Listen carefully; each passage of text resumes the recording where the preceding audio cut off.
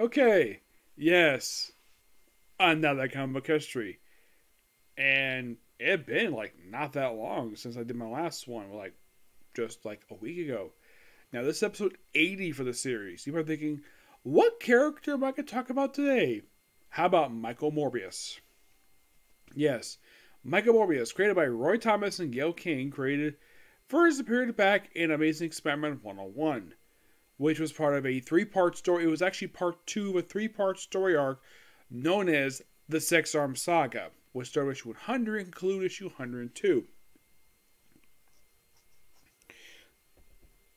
After the storyline wrapped up, he later popped up in a couple issues of Marvel Team Up. Yes, that's what was his next official appearance, was Marvel Team Up.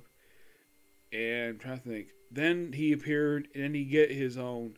He also appeared in Giant Size Superheroes #1, where he teamed up with John Jameson, who made him force become Man Wolf.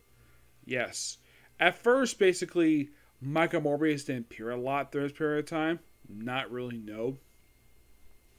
But still in the 70s, the guy still was unpopular, so basically they could give him a feature for Adventures into Fear, starring issue 21 up until the final issue of the series, which I think was like issue 30, I think it was.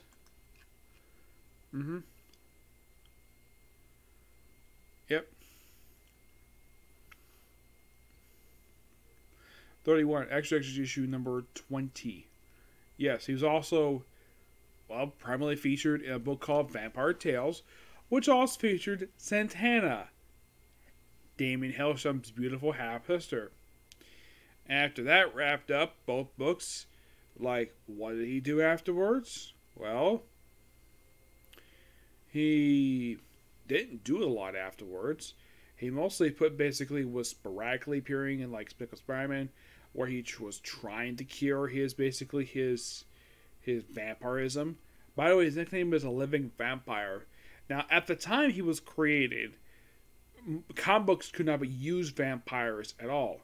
They were deemed against the rules by the Comic Code Authority, but they got around it, explaining the fact that this is not done through supernatural means, but through science. Yes, seriously, science. Yeah, despite the fact that around it now, that was where they got around it, though the Comic Authority had been updated just prior to this, thanks to the best-selling three-part saga, which had the first issues of the entire series of Amazing Experiment without the approval of the Comic Code Authority. What issues were they? Issues 94 to 96. This is a three-part involving the Green Goblin and basically involved drugs. This one also basically revealed that Harry Osborn was on drugs. He was basically a drug addict, which apparently prompted DC to do the same thing for their comic for an issue of Green Lantern, where they outed Roy Harper as a heroin addict. Yep. So, yeah. So, right after his own book wrapped up, he didn't, like I said, just make guest star appearances in Spider-Man mostly, where he eventually got cured. Popped up occasionally in the pages of She-Hulk. Yes, that's where he appeared. And then eventually he got conditioned, like his cure was undone by the early 90s. He became a vampire again, where he took part in the storyline known as Rise Midnight Suns, which basically had him get his own solo book for the first time in the early 1990s. Around 1982, lasting for 32 issues. As a matter of fact, someone I know from Discord had no idea the series even existed, because he knew about the one from 2012. He knew about that one, but he had no idea he had one back in the 90s.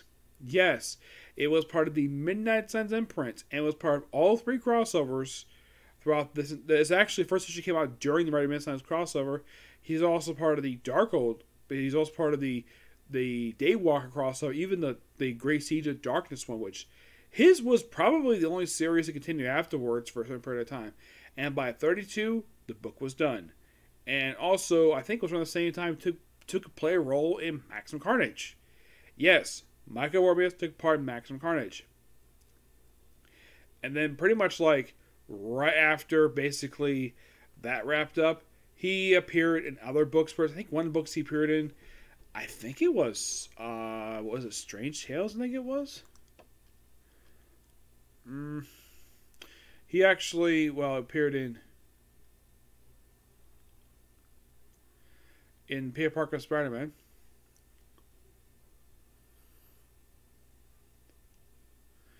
Yep, and of course he also had some stuff in Marvel Comics Presents 144, Midnight Limited. Oh yeah, he was definitely a Strange Tales one shot, an issue Amazing Fantasy, and a Legion of Monsters one shot. But basically, Morbius didn't do a lot in between this stuff. Just like I said, sporadic. And then of course, basically, like then they gave him his own brief solo book in 2012.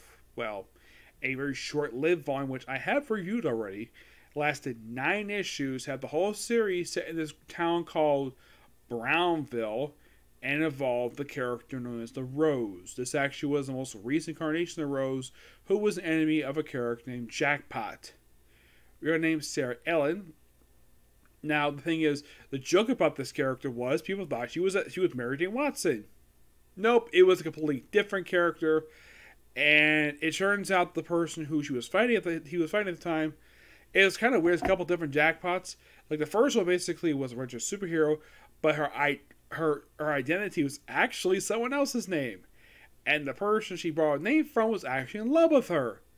And then she died in the Amazing Spider-Man annual number 1. Well, basically it's annual number 36. Yep. But right after the book got canceled, here's the thing.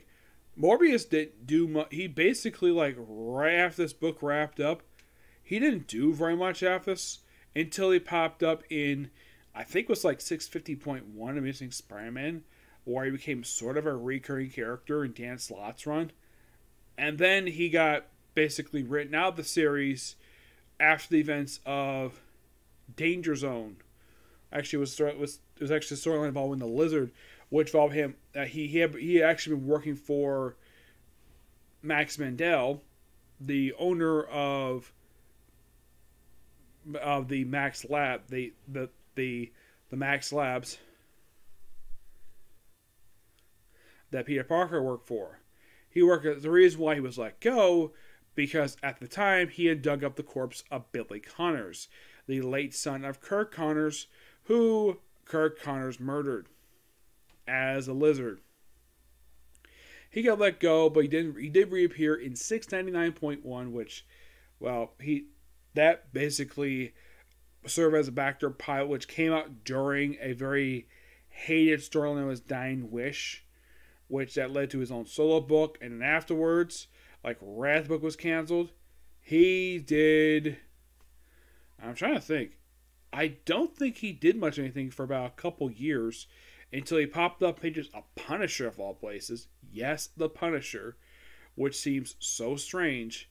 The fact he popped up there, where he basically reformed the Legion. Well, he did pop up a couple books from Marvel Zombies, where he reformed Midnight Suns, and then of course reformed the Legion of Monsters, which of course he appeared in, appearing in pages of Punisher. And after the Franken Castle, when he became Franken Castle, and then pretty much right after that wrapped up, it's like he didn't do a lot of anything at all. Not really. I think next thing he popped up was oh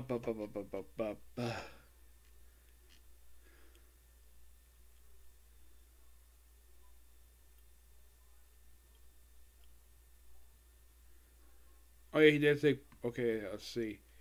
After his solo book wrapped up,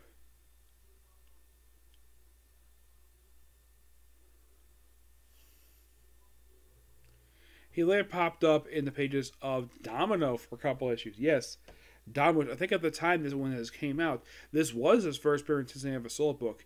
After these 2 appearances, he later, I think it's just no less than a couple years later, he got his own solo book in. Yeah, he got his own solo book in for about 5 issues. Yep. And after the book got canceled, he got a one-shot. Appeared in Spider-Man Beyond as basically behind the Department Z stuff, which seems interesting. And then Wrath of the Beyond storyline wrapped up with issue 93 of Amazing Spider-Man Volume 5. Since the book wrapped up, he has done virtually nothing. No, seriously. He has done virtually nothing. So I'm thinking, what was the point of recruiting him for the Beyond Corporation and not having him do very much in the main storyline itself? Yeah, I think he did have a one-shot during the storyline, but that was basically it for him.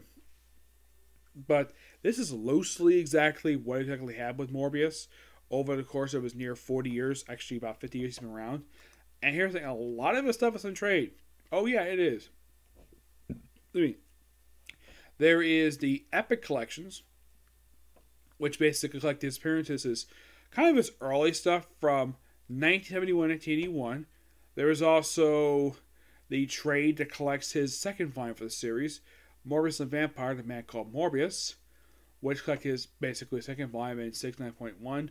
Old Wounds, which actually was the Morbius book, technically the third volume is his solo book. There was also Preludes and Nightmares, which contain a few other sporadic appearances by him. In case you're curious, though, is the first issue of Michael Morbius, the Morbius the Vampire book from 90s, is that in trade? The answer is yes. Yes, it is. It's actually in a very old trade that basically collected the rise of the Midnight Sun storyline. Which, by the way, for that entire imprint, that is the sole trade that Marvel's ever released. As a matter of fact, aside from that one trade, nothing has been collected from that print. Yeah, and the imprint came out roughly about 30 years ago, and just that one single trade. And this is an old trade. I think it's probably out of print by now. But that most would collect the entire storyline trade. And you would think Marvel might basically, with the whole thing with Morbius film came out. Though I think one person did say that they should have released the Morbius comic book when the movie was coming out this year. But they didn't. I think the movie was supposed to come out a while ago. But it was delayed because, probably because stuff with stupid stuff, really the pandemic. But Morbius is an interesting character per se. And here's a fun fact for you. Guess how many times appears in the comics? Like, you probably think, oh, is the Morbius film the only time appears in the comics? No, he appeared in 2 cartoon series. Only 2. The first one, and this actually was for a long time. This was his sole series he appeared in the comics. And that was the Spider-Man series. Spider-Man the Animated Series from 1990. So he appeared as a recurring character in the series. And they kept pretty much the comic book look. And it's basically his backstory. And this was his sole ever appearance in cartoons. Him along with Blade for a long time. This was the very series. And then, of course, Blade appeared in the Superhero Squad show.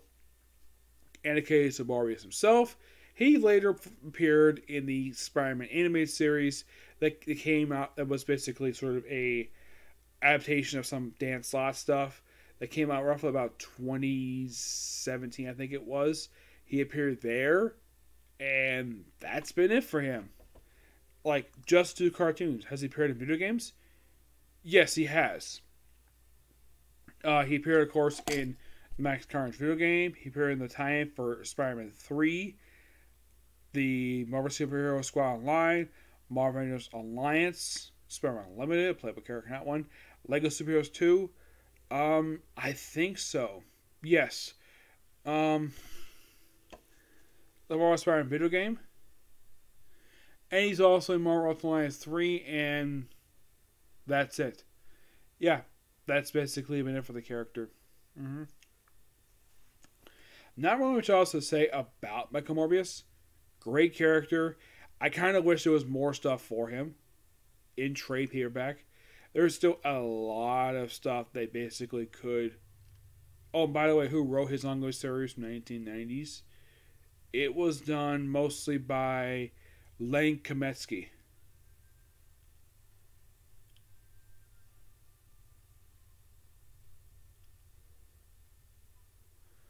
I think it was.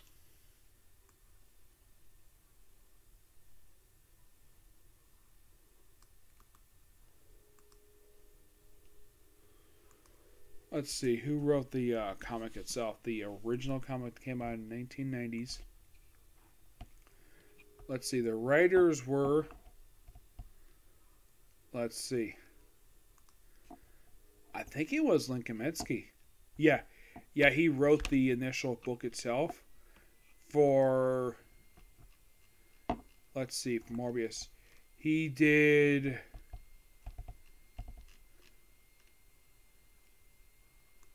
let's see, out of there. Here we go.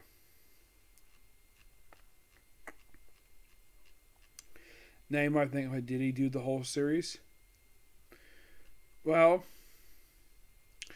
apparently he left after issue 9. Yeah, they had Gregory Wright take over from that point forward.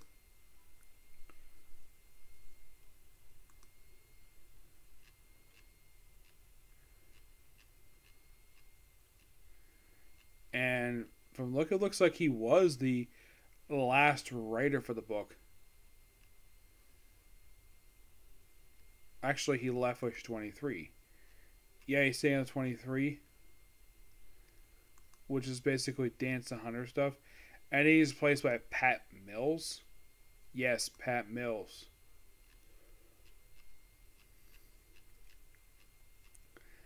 And how long was he in the comic for? 1 issue. He did issue 24. 25 was done by, there's a couple stories in that one done by Lisa Trinzi and Carly Bullers as a backup story. Yes. Now, she was the Lisa Trinzi. She was the final writer of the book. She actually, the third and last writer for the book. Now, as for why in the world they decided to end the book at 33 issues, my guess, low sales. Yeah, that's probably the reason for it. And they had, also, Mike Morbius had a fiance, Meredith Bennett, who basically did appear as a recurring character in his solo book, who actually has been dead since issue 622, where she was turned vampire, and then she died in the very same issue. Yeah, she died roughly like 530 issues after her debut. Yes. At the time which they killed her off. You see, she also made a debut in issue 102, 1971, and then she died in February 2010. Almost exactly 40 years after her debut. That is pretty much in the way her... when they decided to do that. But yeah, that's not much else to say about the book. The book, we also have Vet Alla, who did the volume I like, the one that came a few years ago. Joe Krennic did the volume 3 run, which this book was quickly canceled as part of, as when it had the Marvel Now initiative released 10 years ago. This is one of the books they launched, and then it got canceled. Presumably due to low sales, and it was the only comic canceled for quite some time before they canceled other books. Yes. It's kind of similar to the All New All Different Marvel Now initiative that was launched in 2015, and the first book canceled for that one's Black Knight after 5 issues. Probably due to low sales, who knows. But not much to say about Morbius. I do recommend checking the characters' books out. They're quite interesting to say the least. Volume 3 is fantastic. I just recommend checking it out because it's just so freaking good. And this book I kind of wish was an ongoing series because it just was so good. We got Spider-Man appearing in the series, which is amazing. And hopefully soon Marvel does something with the character. I hope so. Yeah, that's going to be pretty much it for this particular review. Well, this video anyways. That's definitely it for Video Snap because I just felt like doing this one because, well, why not? What do you all think of Morbius? Okay, tell me down in the comments below, okay? Not the movie, the character, okay? Next video. Bye.